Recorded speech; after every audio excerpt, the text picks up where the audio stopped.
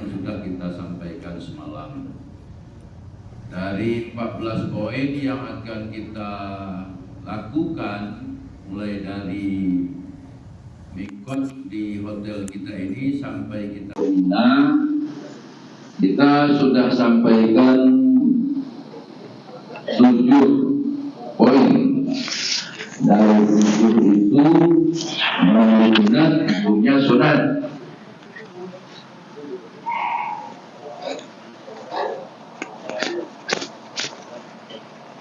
Mana Ustaz?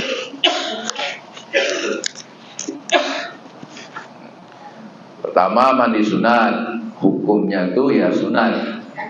Yang kedua, memakai pakaian ihram, hukumnya wajib memakainya. Kemudian sholat sunat ihram, hukumnya sunat. Kemudian mikot, nah, niat mikot ini wajib. Jadi kita sepakat mikot kita di musola ini. Mikot zamani, mikot makani di musola. Mikot zamaninya pada tanggal 8 Zulhijjah itu sebelum kita berangkat. Masih ingat Pak ya, niat haji masih ingat ya? Nawaitul hajj wa ahramtu bihi lillahi ta'ala, atau labbaik Allahumma hajjan. Nah, yang mana kita mau pakai lah, yang biasa kita gunakan. Yang singkatnya labbaik Allahumma hajjan. Ya Allah, aku penuhi panggilanmu untuk menunaikan haji. Nawaitul hajj wa ahramtu bihi lillahi ta'ala. Sengaja aku melaksanakan haji dan berpakaian ihram karena Allah Ta'ala. Amanah yang kita biasa. Nah, setelah itu, setelah berniat di mikot itu, apalagi yang harus kita perhatikan? Menjaga larangan. Menjaga larangan itu hukumnya wajib.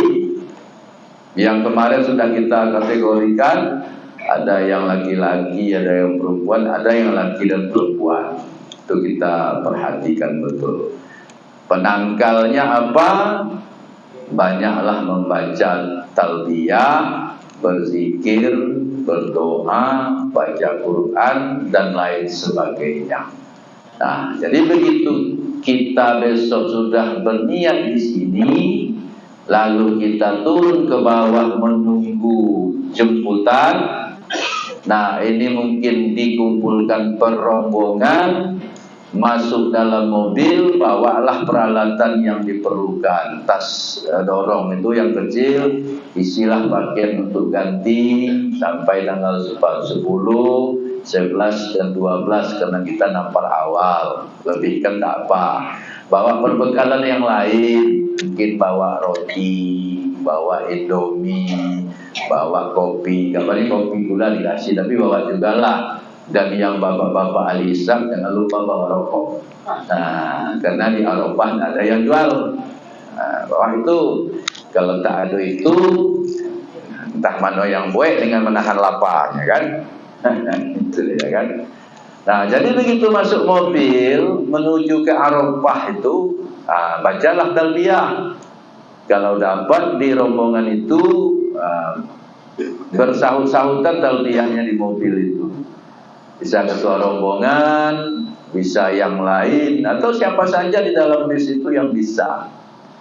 Labbaik Allahumma labbaik, labbaik la syarika laka labbaik, innal hamda wan ni'mata laka wal mulk la syarika lak. Jadi kita resapi talbiyah itu. Ya Allah, aku penuhi panggilanmu ya Allah. Labbaik Allahumma labbaik. Karena tidak semua orang bisa dipanggil oleh Allah untuk menunaikan ibadah haji. Banyak uangnya, ya kadang-kadang belum mau berangkat. Tapi tanpa kita duga, yang menurut pandangan mata kita belum mampu, ternyata Allah panggil berangkat dia. Nah, jadi ucapan talbiyah itu rasa syukur kita karena kita dipanggil oleh Allah Subhanahu wa Ta'ala untuk menunaikan ibadah haji. Dan juga yang beralasan, Pak, kenapa tak naik haji, Pak? Duit Bapak banyak. Saya belum ada panggilan dari Allah. Ya, baru dipanggil kalau ada usaha daftar. Kalau tak didaftar macam mana awak mau dipanggil? Sama dengan kita mendaftarkan anak kita sekolah. Kamu kok tak dipanggil-panggil oleh guru kamu nak belajar? Ya, ayah belum daftarkan saya, macam mana saya mau dipanggil sekolah itu? Kira-kira begitulah gambarannya. Jadi sampai dalam mobil itulah yang kita ucapkan talbiyah, tanda syukur kita dipanggil oleh Allah untuk haji. Capek bertalbiyah, mungkin zikirlah masing-masing, bawa tasbih sambil mengingat-ingat larangan. Mungkin saja kita berangkatnya siang dari hotel ini, bisa mungkin gitu menuju ke Arafah, mungkin sampai malam ngantuk itu. Jadi kalau tadi semalam kami diskusi dengan Pak Haji Hasan, kalau kita berangkatnya setelah zuhur, maka kita insya Allah akan laksanakan sholat jamak qashar zuhur dengan asar takdim di musola ini. Kita jamak qashar kan nanti di musola ini sholat zuhur dan asar takdim. Kalau berangkatnya sebelum zuhur, ya berarti belum masuklah sampai di sana lah baru kita jamakkan. Tapi biasanya setelah zuhur. Nah, sampai kita di Arafah, insya Allah malam itu belum ada kegiatan yang sifatnya resmi. Kegiatan yang diatur oleh maktab itu belum ada. Tapi kita dianjurkan banyak berzikir.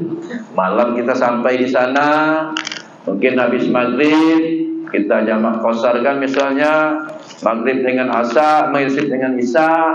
Habis itu kita perbanyak sholat sunat. Bisa sholat sunat awabin 6 rakaat, 3 salam setelah maghrib. Kemarin pernah saya sampaikan itu, saya ulang lagi. Bedanya dengan sholat sunat lain, sholat sunat awabin ini pada rakaat pertama, salam yang pertama, 2 rakaat pertama itu setelah Al-Fatihah baca Qul huwallahu 6 kali, Qul a'udzu birabbin nas 1 kali, Qul a'udzu birabbil falaq 1 kali, baru ruku. Nah, rakaat kedua juga begitu nanti. Setelah Fatihah baca Qul huwallahu 6 kali, Qul a'udzu birabbil falaq 1 kali, Qul a'udzu birabbin nas 1 kali ruku. Berarti salam. Nah, rakaat ke-3, 4 atau salam yang kedua itu ayatnya bebas. Ayat apa yang kita mau. Pada salam yang ketiga atau rakaat yang ke-5 dan 6 atau salam ketiga itu Qul ya ayyuhal kafirun setelah Fatihah di rakaat pertama dan Qul huwallahu di rakaat yang kedua. Itu aja bedanya. Kalau niatnya sama, sholli sunnatal awabin rakaataini lillahi ta'ala. Nah, habis sholat sunnah awabin, apalagi sholat sunnah yang mungkin bisa kita laksanakan untuk malam hari. Mungkin kalau sudah tertidur nanti sholat sunat taubat, sholat sunat tahajud, sholat sunat tasbih, sholat sunat witir. Habis itu mungkin kalau sanggup ngaji dan bawa tidur sampai pagi, subuh dibangunkan, kita sholat subuh berjamaah. Habis sholat subuh menjelang wukuf, belum ada kegiatan yang sifatnya kaitannya dengan haji. Kita perbanyak lagi sholat sunat, mungkin sholat sunat duha, sholat sunat mutlak, sholat sunat wudu, karena tidak terbatas waktu dan tempat di Mekah. Ini sholat sunat apa saja kita bisa laksanakan. Sampai nanti mungkin sholat sunat tasbih boleh juga laksanakan. Dia siang boleh, malam boleh. Kalau siang langsung 4 rakaat ya selesai kan. Kalau malam 2 rakaat salam. Pada rakaat pertama setelah Fatihah dan ayat, sebelum rukuk baca tasbihnya 15 kali. Subhanallah walhamdulillah wala ilaha illallah akbar. Dan yang lain-lainnya rukuk setelah tasbihnya baca tasbihnya 10 kali. I'tidal juga begitu, sujud gitu. Sehingga satu rakaat itu ada 75 tasbih. Dikumpulkan 4 itu menjadi 300. Kalau dimenitkan lebih kurang 2 rakaat itu 10 sampai 12 menit. Nah, setengah jam lah untuk sholat tasbih saja. Itu dianjurkan kalau dapat setidak-tidaknya sekali seumur hidup kita melaksanakan itu. Nah, habis itu kita sambung baca Quran kita. Ini rilisnya alhamdulillah sudah banyak ini. Sudah banyak yang merilis, ada yang sudah satu khatam masuk kedua. Mungkin di sana bisa kita tambah baca Quran itu. Bukan karena ingin mendapatkan piagam, tapi karena membaca Al-Quran itu Allah nilai dengan kebaikan. Kalau satu huruf Allah balas dengan 10 kebaikan. Satu khatam Quran itu 6.666 ayat. Berapa hurufnya itu? Nah, itu dorongan, bukan karena kita ingin mendapatkan sebuah piagam, tapi lebih kepada itu adalah ibadah kita. Nah, itulah kegiatan yang perlu kita laksanakan sebelum kita wukuf itu. Lotih Pak, berzikir dah lotih, baca Quran lotih, keluar dari tenda, carilah ruang ahli hisab. Merokoklah di situ, mengopilah di situ, tidak dilarang. Yang dilarang itu dalam tenda. Sama kita di hotel kok. Kalau dapat jangan mokok dalam kamar, jangan mokok dalam WC, mokoklah di tangga darurat. Karena ada pengumuman itu kemarin ada 3 bahasa, bahasa Arab, bahasa India, terakhir bahasa Indonesia. Rupanya larangan merokok. Takut awak kejadian-kejadian tak terduga, atau kawan sekamar tak biasa mengisap rokok, kita merokok pula, sama-sama kita jaga. Nah, di Arafah itu boleh begitu, boleh di luar tenda. Kalau izinnya keluarnya mau jauh, harus ada izin dari ketua kloter demi ibadah. Kenapa? Di sana medannya sama, tenda banyak, nanti kita nyasar dan kemana-mana, cuaca panas, gitu kan. Nah, itu rentetan yang harus kita lakukan mulai dari berangkat dari hotel sampai ke Arafah. Itu biasanya macet, Pak. Itu pun dah dikurangi mobil, masih macet. Kadang bersenggolan antara mobil yang satu dengan mobil yang lain. Tapi itulah keadaan yang akan kita tempuh. Tapi itu jangan kita pikirkan. Saya ingin sampaikan sebuah motivasi kepada kita bersama, Bapak dan Ibu yang terhormat. Kehadiran kita di kota suci Mekah ini, kita sebagai tamu Allah Subhanahu wa Ta'ala. Kalau Allah yang mengundang kita, Allah jadikan kita tamunya, pastilah Allah perlakukan kita dengan sebaik-baiknya. Itu kunci, Pak. Kemarin kita barusan melalui Hari Raya Idul Fitri. Awak buat kue banyak, macam-macam, enak kuenya. Datang tetangga kita, tamu kita. Gimana perlakuan kita terhadap tamu kita saat itu? Kita sambut dengan senyum, kita bukakan kue, kita suruh dia minum, bisa bercerita panjang lebar. Senang kita didatangi oleh tamu kita. Allah undang kita, Allah senang kepada kita. Jadilah kita tamu yang baik. Tak boleh pula nakal. Antara lain apa? Tak boleh matah batang kayu dan mencabut rumput. Itu tamu nakal namanya.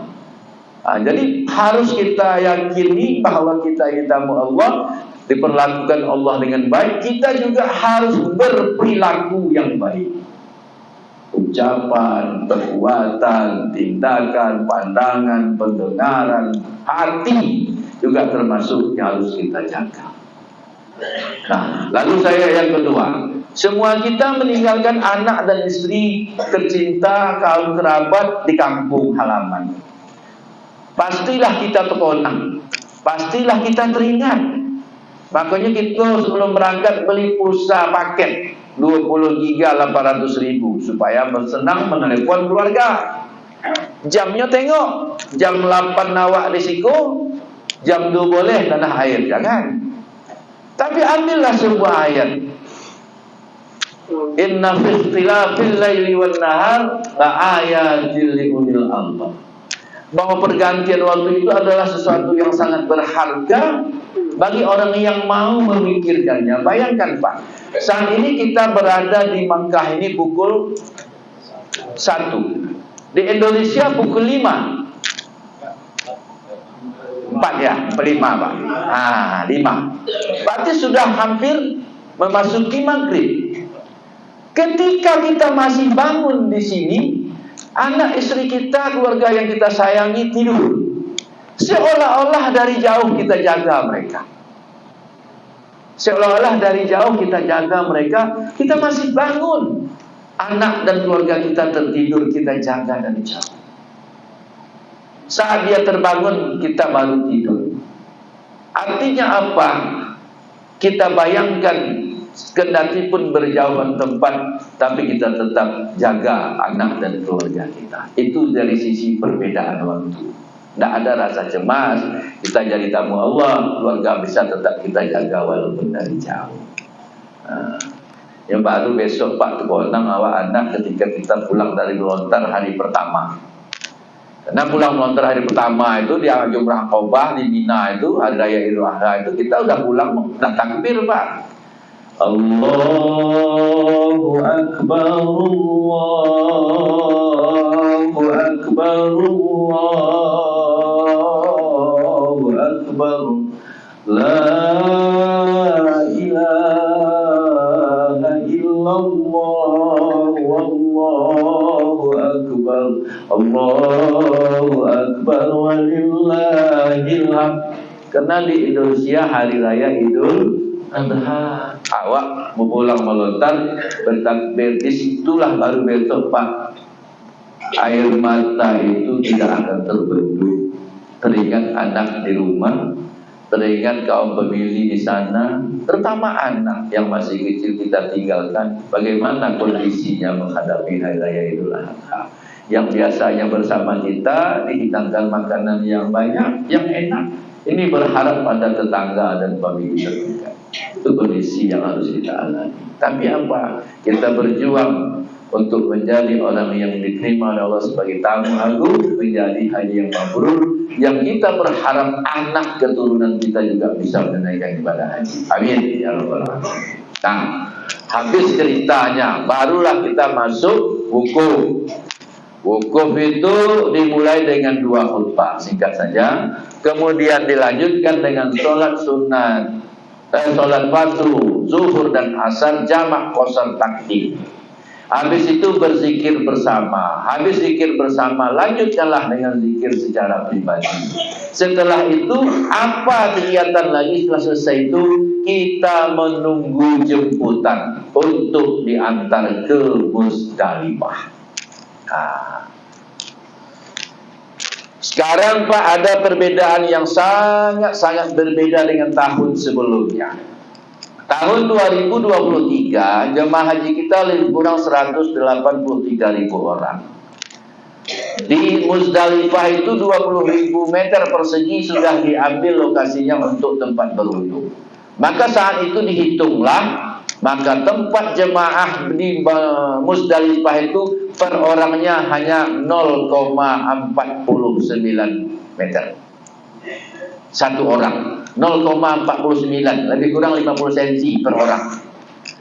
Tahun 2024 ini jemaah kita 241.000 orang, yang lebar Muzdalifah itu selebar itu juga. Maka setelah dihitung per orang hanya dapat 0,29 meter persegi. Berarti 1 meter 4 orang isi Pak. Bayangkanlah tuh, ya, 4 orang. Maka melihat keadaan itulah, maka pemerintah mengambil langkah itu yang kita sebut dengan murur. Murur itu jemaah yang dia ke Muzdalifah tidak turun, tapi berada dalam mobil. Data saya lihat itu sudah hampir 40 orang ya Pak, sudah volunteer bersama pendamping. Nah besok jemaah kita yang berisiko tinggi, yang berkebutuhan khusus, yang memerlukan pendampingan, dia naik ke mobil dari Arafah menuju Mina, singgah di Muzdalifah sebentar, melewati tengah malam untuk salat qiyam maghrib. Sahkah itu Pak? Sah. Sedangkan wukuf saja boleh disafarikan. Wukuf itu rukun. Mabit di Muzdalifah itu wajib haji, boleh. Lalu tanya, batunya gimana Pak? batu untuk melontar. Tidak usah kita berpikir jauh. Kita lebihkan besok kita cari batu yang langsung mengambil batu di Muzdalifah. Bagikan nanti ketika yang di Murur ini nggak ada batu, kita bagikan batu yang kita cari itu. Carilah ada 100 buah. Sebab di Mekah ini Pak, kita kan termasuk yang dermawan. Jangankan batu, lagi minuman, makanan, rokok kita sedekahkan. Kalau pula batu tak mau kita berjualkan untuk kawan, kan parah betul lah, batu diponik dia kan. Minta kok batu 2 buah, aku 70 nya untuk aku 7 buang aja kan sampai itu. Nah, sediakan batu tu dia. Melontar. Nah, jadi di Muzdalifah itu kalau sudah diangkut 55.000 orang, itu kondisinya sudah agak lapang. Kemarin waktu Dakir nyampaikan katanya akan diundi kloternya. Kita cemas juga, sempat satu kloter kita di Murur, kan tak enak juga. Nah, datanya sekarang diambil kebijakan masing-masing kloter mendata berapa yang dimururkan. Nanti baru dikumpulkan. Nah, nanti yang lainnya boleh langsung mabit seperti biasa. Mengapa kita di Muzdalifah? Kan itu lagi pertanyaannya. Tugas utama itu cuma mencari batu. Kabarnya sudah disediakan. Tapi kalau kita mau asik, enak lagi mencari sendiri. Congkel sambil duduk. Habis dari batu apa? Berzikir. Kalau belum kita sholat maghrib dan isya di Arafah, berarti sholat maghrib dan isyanya di Muzdalifah. Tetap dalam keadaan menjaga larangan, tetap dalam keadaan bertalbiyah. Dapat batu, kita duduk berzikir, berdoa, baca Quran sambil menunggu jemputan lewat tengah malam. Kemana kita diarahkan? Ke Mina. Jadi Muzdalifah itu hanya sebentar untuk mencari batu. Nah, lalu lanjutlah di Mina. Bisa saja di Mina itu kita nyampainya pagi, bisa nyampainya siang. Nah, nyampai pagi, nyampai siang itu tidak ada masalah. Kita akan menunggu waktu untuk melontar. Kenapa Bapak dan Ibu? Kita tidak boleh melontar sembarangan waktu. Sudah diatur itu, rasanya sudah di-share itu di grup. Nah, supaya besok aman, kita upayakan melontar ini dulu. Pertama yang sudah pernah haji, dia tahu. Yang kedua sudah kloter, pembimbing ibadah dan petugas yang perlu kita anggap tahu, biar dia merintis jalan dulu. Baru nanti kita bawa yang lain. Nah, melontar itu termasuk wajib haji. Ketika ada kawan yang tidak sanggup melontar, bagaimana caranya? Boleh dilontarkan oleh orang lain. Nah, boleh. Titiplah batu sama dia dengan ucapan, tolong lontarkan untuk saya. Nanti kita lontar untuk kita dulu, baru lontar untuk yang kita janjikan. Gimana caranya? Ibu-ibu upayakan jangan tangannya ini lepas dari ketiak. Nah, kan kemarin di Bagan saya tengok itu, ini ibu. Berdirilah saya. Maaf ya. Kalau bapak-bapak ya boleh lagi. Kalau ibu-ibu dia begini. Ya. Itu melontarnya. Nanti bacanya ada itu panjang, ada juga pendek. Yang jelas niat kita bukan melontar setan yang ada di dinding itu, tapi mengeluarkan setan yang ada dalam badan kita. Itu dia. Nah, jadi pekerjaannya wukuf, rukun, mabit Muzdalifah wajib haji, melontar juga wajib haji. Nah, sampai di situ, setelah melontar Ka'bah hari pertama, kita langsung tahlul, maka haji kita sudah terlaksana itu. Kita sudah berhak disebut sebagai seorang Pak Haji. Tahlul kita di tempat melontar, sampai di tenda Mina. Kalau mau botak habis, silakan botak habis di situ. Nah, besoknya melontar lagi 11, 12 melontar. Bagi yang nafar awal 12 baliklah ke hotel. Bagi yang nafar sani tinggal lagi 1 malam lagi. Kesepakatan kita adalah nafar awal. Tapi saya izin dengan Pak Ketua Kloter, dengan pemimpin ibadah, ketika besok ada situasinya memungkinkan untuk nafar sani, ada jemaah kita yang mau, kita fasilitasi, tidak ada masalah. Enak rupanya di Mina ini, tak seperti yang saya bayangkan. Saya tinggal lagi lah di Mina, tinggal tak apa-apa, tidak ada masalah. Yang penting datanya jelas, yang awal berapa, yang tinggal berapa. Karena semuanya itu kenyamanan. Nah, kita berangan-angan nafar awal, rupanya nafar sani banyak, karena dia senang di dunia itu. Nah, melontar sampai hari ke-13, barulah kita balik kembali ke hotel. Sepakat kalau tidak capek, kita upayakan secepatnya melaksanakan tawaf ifadah dan sa'i. Kenapa? Itu juga rukun. Kenapa cepat? Supaya semua larangan sudah tidak, apalagi kita semua larangan sudah diperbolehkan. Kalau sampai melontar jumrah Aqabah lalu bergunting, itu baru boleh berpakaian biasa. Yang satu itu boleh hijab. Paham tak ya yang satu itu? Laju Bapak yang satu. Baru boleh lagi. Kapan baru boleh? Setelah tawaf ifadah, setelah sa'i langsung otomatis tahlul kedua. Barulah kita bebas dari semua larangan. Tapi saya sampaikan, bukan berarti juga boleh bertinju setelah itu, tidak. Jadi larangan itu kita. Maka sampai pada tawaf ifadah, kemudian sa'i, itu sudah semua pekerjaan haji itu sudah selesai kita laksanakan. Tinggal lagi tawaf wada. Itu termasuk sunat atau wajib haji? Wajib haji. Nah, itu selesai. 14 poin yang sampaikan itu sudah kita kerjakan. Ibu-ibu yang mungkin tahu, kita buka aja kaset Nur Asia Jamil. Dari Padang Arafah lalu ke Muzdalifah. Bagaimana hafal dah?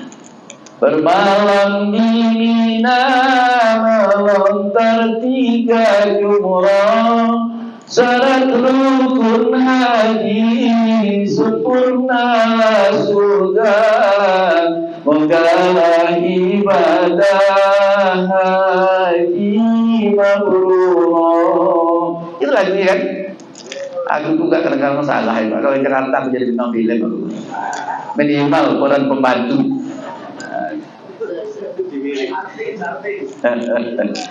Terus ke Madinah apa?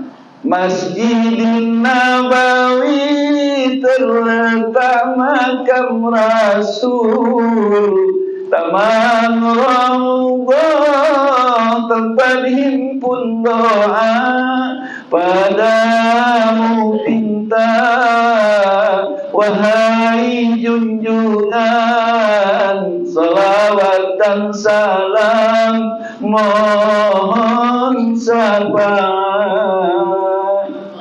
Rahasia Jamil itu luar biasa lagi Pak. Itu kita baca udah haji itu, tahu kita perjalanan haji. Kadang-kadang awak nak ikan dalam kolam tahu, kan coba.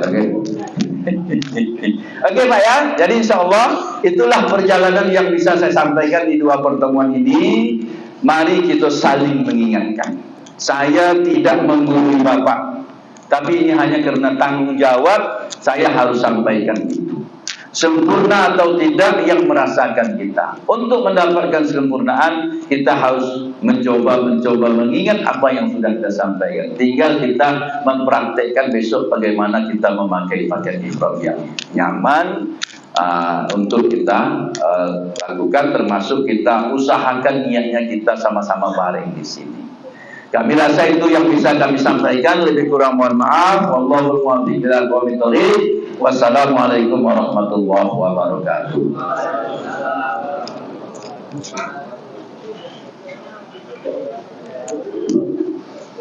Assalamualaikum warahmatullahi wabarakatuh. Jadi Bapak Ibu, semua kegiatan-kegiatan kita pengajian di sini itu kita muat Pak. Kita bikin bentuk video, kita kirim ke grup kita. Gunanya apa? Mana tahu ada yang tidak hadir, bisa diulang-ulang kembali, ataupun yang sudah hadir bisa diulang-ulang kembali ya. Jadi atau nanti 10 tahun akan datang kita ingin melihat video-video kita, masih bisa kita lihat Pak. Itu tujuannya kami masukkan ke video Pak ya. Mari kita like and share dan subscribe. Assalamualaikum warahmatullahi wabarakatuh. Lah maju lo ketua miming ibadah dengan bisa layar subscribe lah. Iklan dia. Tak tahu yang ngajar siapa sebelah tu.